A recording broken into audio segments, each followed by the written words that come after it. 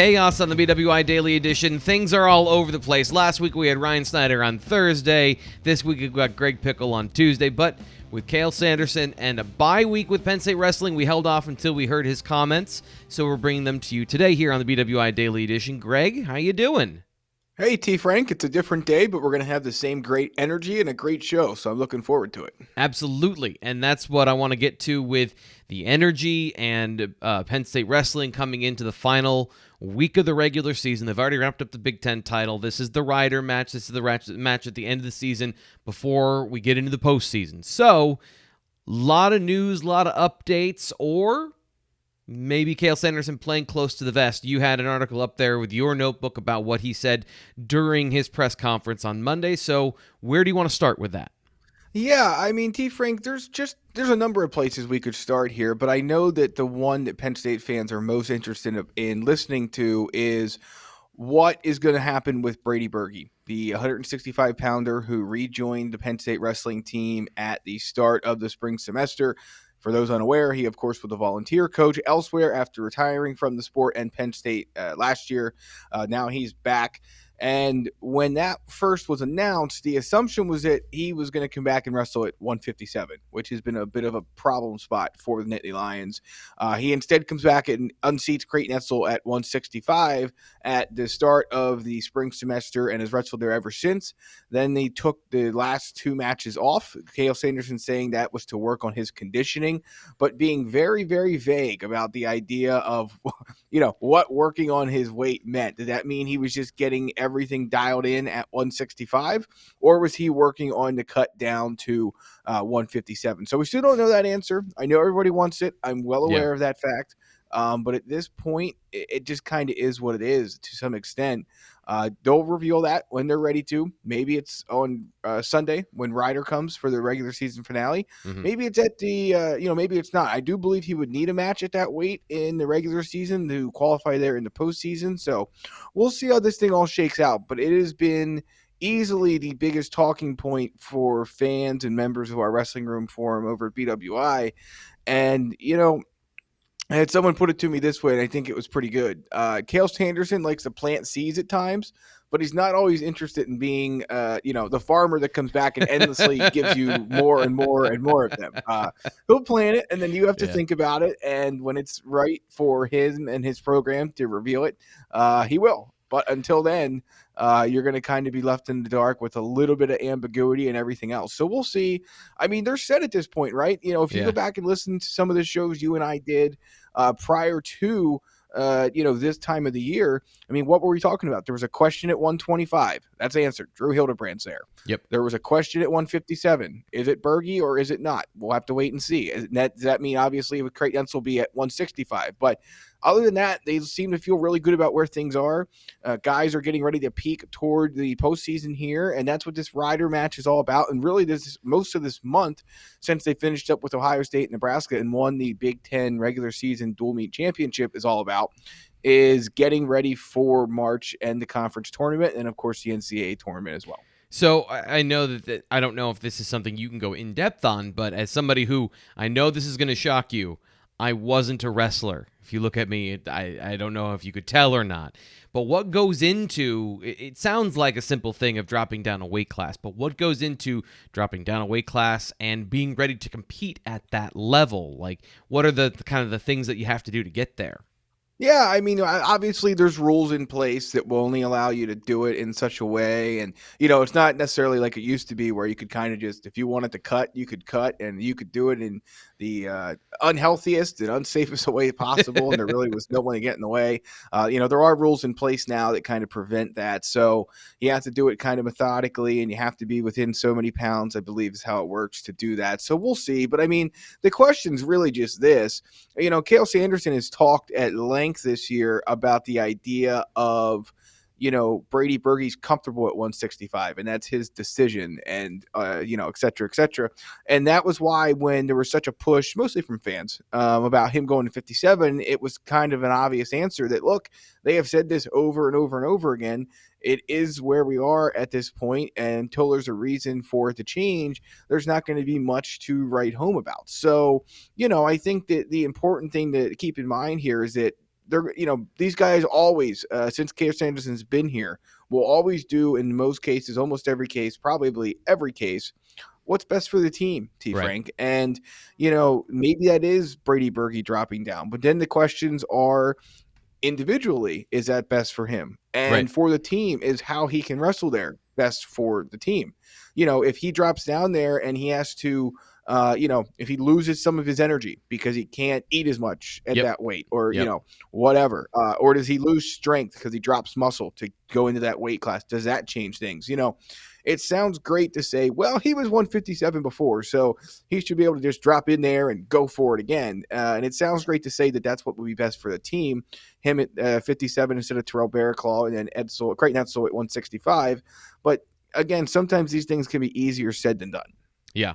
With the week off, was there any insight into what they were doing, and is this play into what Cael Sanderson talked about conditioning during the off season, during the off week, or is that something entirely different?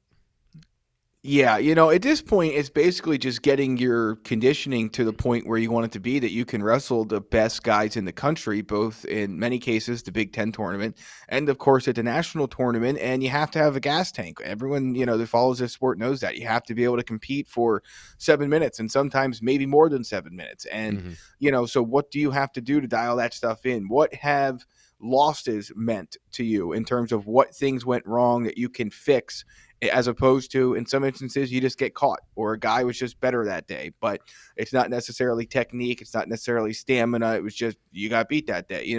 So what kind of things like that can you dial in, and what can you see on film that you can fix, and what can it's important to remember that with the Nittany Lion Wrestling Club, it's one of the, if not the biggest collection of wrestling minds in the country, and among that in the world. So you got a lot of people who can offer insight on things. And, Right. It's about repetition. It's about practicing those, and it's about practicing them against different styles of wrestling and wrestlers for that matter. So, it's just a chance to get in the room and focus on you. And I'm sure this past weekend, those guys were supposed to probably be away from the room and given some time off, and most of them probably showed up on their own anyway, because that's how they are. But yeah, it's just about dialing in all those little things that are going to make you the better competitor for 7 minutes a match, all the way to the championship, which of course the Penn State guys hope to win in bulk. So we'll see.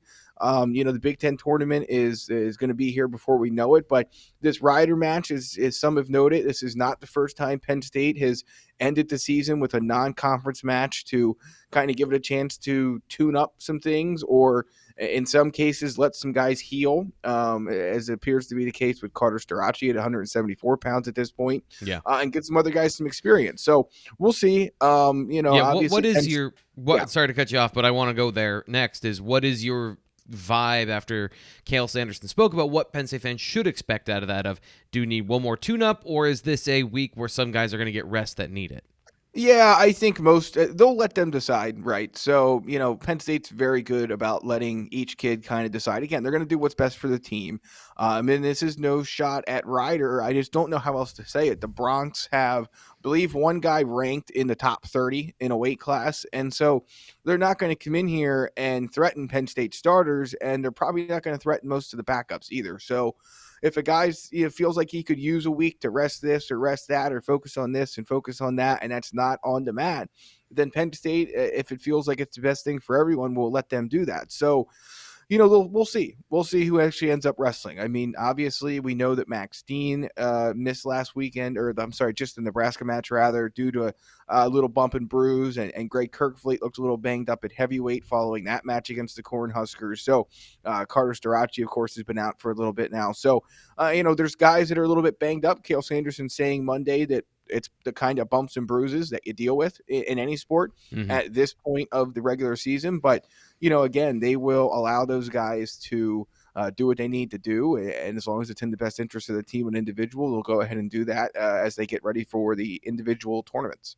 So last thing is, when is the match coming up, and where can fans check it out, and where can they check out what you write about the about the so match? It's the Rec Hall finale. We're expecting this obviously to be the last match there for a couple of guys, but Cael Sanderson sort of pointing out that I got the impression, T. Frank, he's not the biggest fan of senior day, senior night, whatever you want to call it, and I do understand that.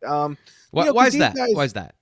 Well, because the way he put it was the national tournament should be senior day, senior Okay. night, wrestling in that final bout. Because you can call it senior day and you can say the last this or that or whatever at Rec Hall. And obviously with the COVID year, that is different than what it maybe used to be. And so guys could stay longer than what it would appear on paper that they have eligibility for with the COVID year. That's across all sports, of course. We talk about that a lot with football, but his mindset just seemed to be that he was very passionate about it. Actually, it didn't seem to be anything it was just basically that there's a lot more wrestling to happen after this final match Sunday at Rec Hall. So Yeah. it's 2 p.m. Big Ten Network Plus is going to stream it. It will not be on TV, but Jeff Byers will have the radio call. And you can also join us over in the wrestling room at BlueWhiteIllustrated.com to follow the match. And again, we'll see who wrestles, but don't be disappointed. Don't be surprised if it's not all the household names you're used to seeing and blah, blah, blah, because I do expect, some guys either need some time to rest or what have you. And it could be a little bit of a mix and match lineup for the Lions on Sunday.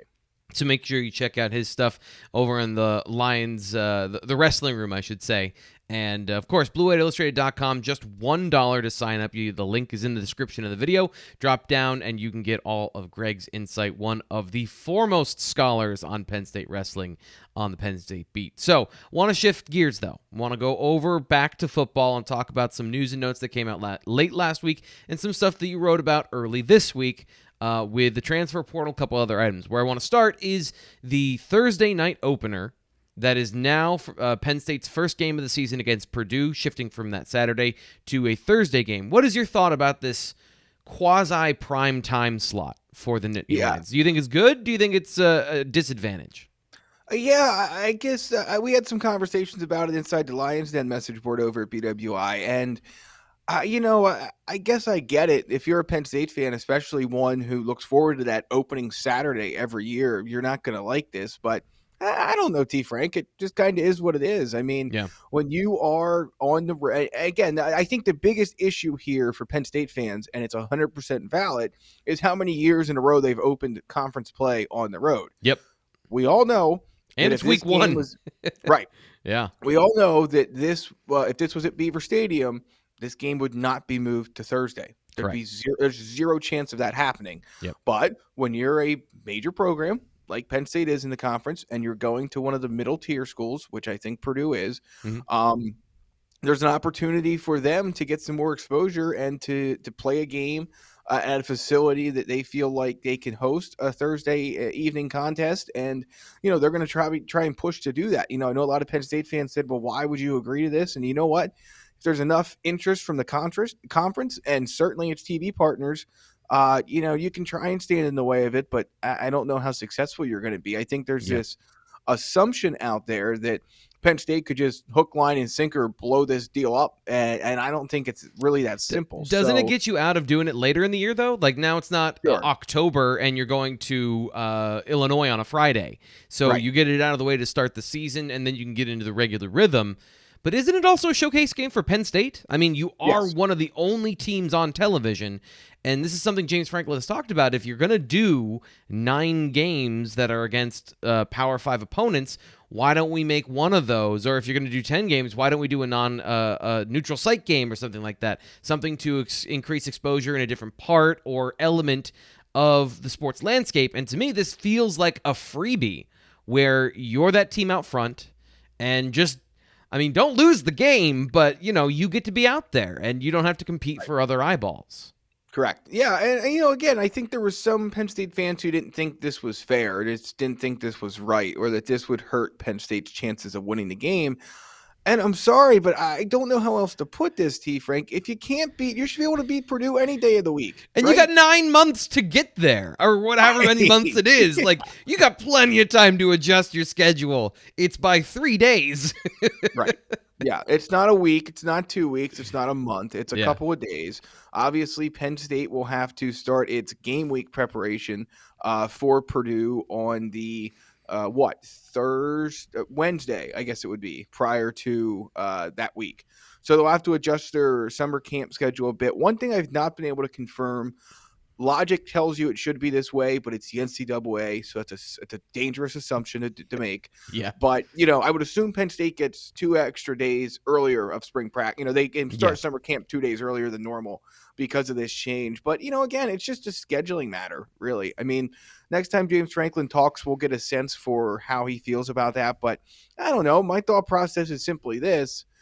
Maybe he loves it, maybe he hates it. Again, I would assume the bigger issue here is not playing Purdue on Thursday, in my mind. It's just the incredible number of road conference openers the Lions have had. That's the big issue, and that does need to be addressed. But, yeah, I think it's a good chance for Penn State to be showcased. I think that, again, you have all this time to prepare for Purdue, and I know you have a lot to replace yourself, and they have some guys back and whatever, but it's a game you should win. Any time of day, any place, if you want to be taken seriously as the program you want to be seen as and known as. So that's kind of where I stand on it at this point. And it also gives us the opportunity to watch college football on Saturday, which, we don't normally get, which is nice. Well, it's and nice. Penn State fans, Penn State fans are probably going to enjoy the flexibility of having the entire weekend to plan their fantasy football draft. Oh, that's a great point. That's that weekend. Now you can do it on Saturday if you want and not worry about distracting from the game or not being able to fully enjoy the game, as some will, because of needing to be, let's just say, in the right state of mind for a fantasy football draft. So just look for the bright side, Penn State fans. There's some of them out there. That's some next level thinking, Greg. Great job on that thought. One of the other things you talked about this week is another offensive lineman hitting the transfer portal that already is drawing interest across the country from Western Kentucky, no less. So can you give us some information about who it is and what Penn State might be able to do here? Yeah, so, Cole Spencer's a guy who's in the transfer portal now, multi-year starter at the University of Western Kentucky. Penn State, I should probably rephrase that. It's probably not. It's Western Kentucky University. I just did the old recruiting signing day slip up where you announce to the university. Yeah, that we'll just leave that at that. But yeah, look, multi-year starter at Western Kentucky, all Conference USA selection this past year. The guy who's played a lot of football. Penn State, as fans know, have a Western Kentucky guy already who's transferred in receiver Mitchell Tinsley. So Penn State will be able to get any info it would like on Spencer. It's just a matter of, again, where he thinks he wants to go. What is his idea of the next stop for him? Is it about a certain part of the country? Is it about a certain coach or scheme or NFL, past NFL success with guys leaving that school and going to the NFL? Is it, looking at the transfer world and trying to find a place that marries playing for a championship and also playing the best? What is his goal? That's really what it comes down to with all these guys, especially offensive linemen. So we'll see. I would imagine the number of schools who are going to be interested in him is absolutely enormous. Because, again, we've talked about it. You've talked about it at length with Nate, with Dave, with Ryan on the live show, whatever. I'm sure we've probably discussed it at one time or another.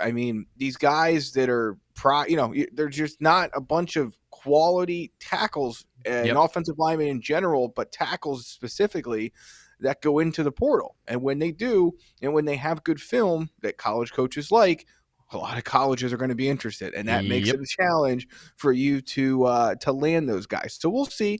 Obviously NIL could be a part of it too. Some guys care, some guys don't. Some not. So we'll see. But that will be one to watch. Again, Ryan and I talked about it on the recruiting podcast, but the toughest part about the transfer portal is that because a lot of those guys, T. Frank, aren't all over social media like high school guys are, there can be this perception among fans, and it's not just at Penn State, but that school X isn't doing enough to address Y need.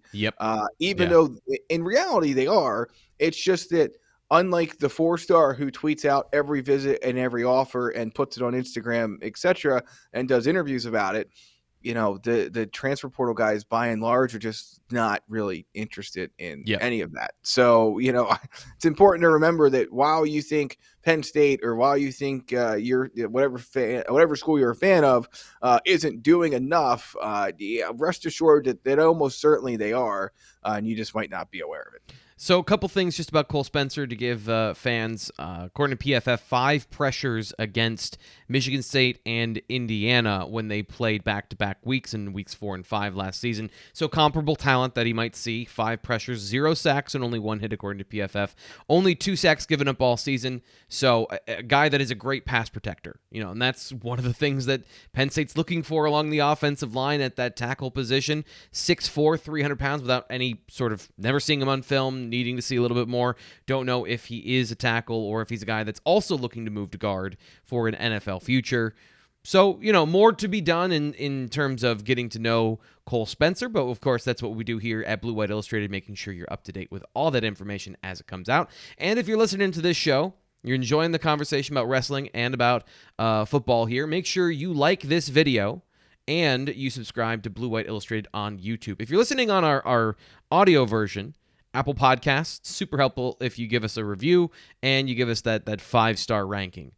Super appreciated if you do that. One last thing about the transfer portal conversation. We may have had this conversation already, but with another offensive lineman, I think it's important because another offensive lineman is coming to the portal and possibly one of the better fits, without knowing too much more, just knowing the information I just gave you, that might be a better fit for what Penn State's looking for. So do you think that this more cautious, steady approach is a better one than rushing out and grabbing whatever you can in the portal so you can get them on campus for the winter workouts? Then you might miss a guy like Spencer who comes out later and makes this decision in February. Yeah, I just think you have to be careful with it, right? And every school has a different approach, and every school has unique circumstances. If you're USC on February 15, you have a roster that's turned over a decent bit, either by choice or whatever, with the coaching change out there.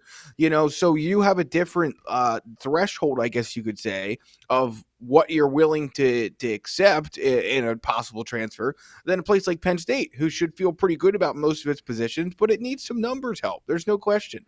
And I know linebacker's one that everyone's now screaming at their phone or laptop or whatever about. But, again, it sounds great.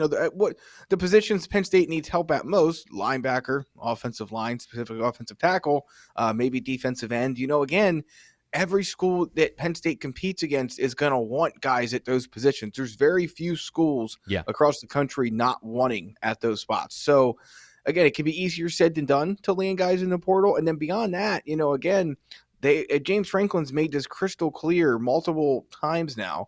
They're going to do their due diligence. They're going to feel really good about the kind of player and person they're bringing into an established locker room, an established position group. They are not going to just try and basically run down the grocery store aisle and knock as many things into their cart as they can. They're going to look at the expiration date, and they're going to look at, obviously we're not talking about. You're going to look at the ingredients. Yeah. Right, you want to know that you're getting something organic.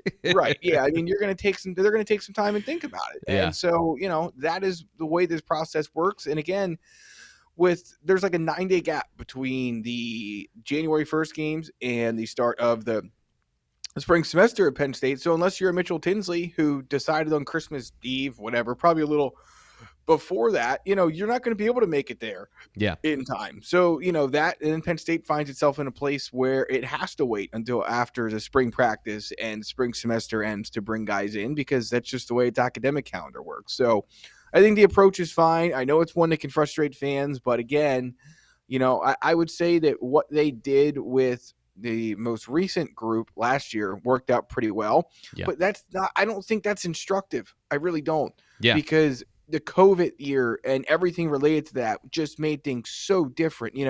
Guys were living at home if their season was over early or canceled. It was a completely different setup at that time. Most teams and a lot, didn't go to bowl games. Or they weren't good enough to go to bowl games. They didn't play enough games to go to bowl games, whatever. My point being here that it's not, I don't think that's a good one to look back on and say that, well, Penn State got all these guys before that spring semester. Why haven't they done that now? I think this is more like it, where you might get a guy or two, but more often than not, you're getting guys after the spring semester is concluded ahead of summer camp. And it gives you something to think about during these cold, dark days after the Super Bowl before spring. That's right. Before spring football. So it gives not just us something to talk about, but fans, I think, something to look forward to. Of you never know when something's going to drop in the portal, and there are legitimately good players. Like checking out some of the stats and some of the film I've seen of the players they've been interested in or that have come out recently. There's good players. There's good talent available, and at this point, it's just get them in the door, get them to sign on to Penn State if you're James Franklin and the staff, and that is entirely possible at any point. And that's why you need to hit your notification buttons for the Blue White Illustrated Daily Edition and Blue White Illustrated on YouTube. Greg, thanks so much for coming on the show. That'll do it today. It's always a pleasure, my friend. I muted myself because I didn't know if you were going to do the full outro or not, and then I couldn't figure out how to unmute myself. There's a little bit of behind-the-scenes stuff, folks. There you go. How the sausage is made. There we go. Here, let me do this. We'll do it again. Greg, thanks so much for coming on the show. Always a pleasure, T. Frank. Yeah, there we go. It was the music. I was trying to be slick. I was trying to fade the music in early. Make sure you subscribe wherever you get your podcasts. I'm your host, Thomas Frank Carr. We'll be back tomorrow.